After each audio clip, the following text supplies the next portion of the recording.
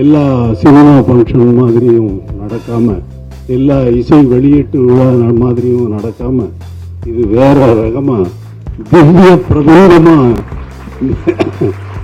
ரொம்ப திவ்யமா நடந்ததுனால இசையமைப்பாளர் இளையராஜா இசையில் உருவான ஆன்மீக திவ்ய பாசுரங்கள் வெளியீட்டு விழா சென்னை தியாகராய நகரில் நடைபெற்றது. விழாவில் பேசிய இளையராஜா, திருவாசகத்திற்கு இசையமைத்த பிறகு திவ்ய பிரபந்தத்திற்கும் இசையமைக்க வேண்டும் என பலர் கேட்டுக்கொண்டதாகவும், அது நடக்க வேண்டிய காலத்தில் நடந்துள்ளதாகவும் கூறினார். இந்த திருவாசகத்திற்கு இசையமைத்த பின் திவ்ய பிரபந்தத்திற்கும் இசையமைக்க வேண்டும் என்று அன்பர்கள் கேட்டுக்கொண்டது எப்பொழுது நடக்க வேண்டுமோ அப்பொழுதே நடந்திருக்கிறது என்பது மிகவும் அதுதான் சொல்ல வேண்டும். அந்த காலம் சமயம் என்பது சாப்பாடு ரெடியாகாம டைனிங் டேபிளுக்கு வராது. சாப்பாடு ரெடியானது தான் டைனிங் டேபிளுக்கு வரும்.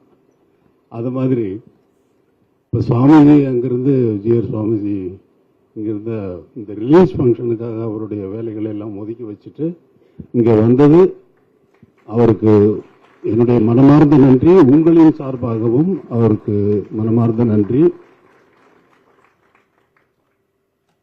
ஸ்டாச்சு ஆஃப் ஈக்குவாலிட்டி ராமானுஜர் சுவாமி, அவருடைய ராமானுஜாச்சாரியார் சுவாமிகளுடைய ஸ்டாச்சு அங்கே பிரதிஷ்டை பண்ணி அந்த இடத்துக்கு நான் போயிருந்தேன். அங்கே ஒரு வார்த்தை சொன்னேன், திவ்ய தேசம் என்று சொல்வது 108 இடங்கள் இருக்கு, இது 109வது திவ்ய தேசம் என்று நான் சொல்கிறேன் என்று சொன்னேன் சாமிஜி. அந்த 109வது திவ்ய தேசத்திலிருந்து ஜிஆர் சுவாமிகள் இங்கே வந்து இந்த விழாவை சிறப்பித்தது அவருக்கு மிகவும் நன்றி. உங்கள் அனைவருக்கும் இந்த விழாவில் நீங்கள் இவ்வளவு ஆர்வத்துடன் வந்து கலந்து கொண்டது எனக்கு மிகவும் மகிழ்ச்சி அளிக்கிறது. அது ரொம்ப வளவளன்னு எல்லா சினிமா ஃபங்க்ஷன் மாதிரியும் நடக்காம, எல்லா இசை வெளியீட்டு விழா மாதிரியும் நடக்காம, இது வேற ரகமா திவ்ய பிரபந்தமா ரொம்ப திவ்யமா நடந்ததுனால எல்லாம் இல்ல அந்த இறைவனுக்கே என்னுடைய நன்றி. அவருக்கே சரண் நாங்களே.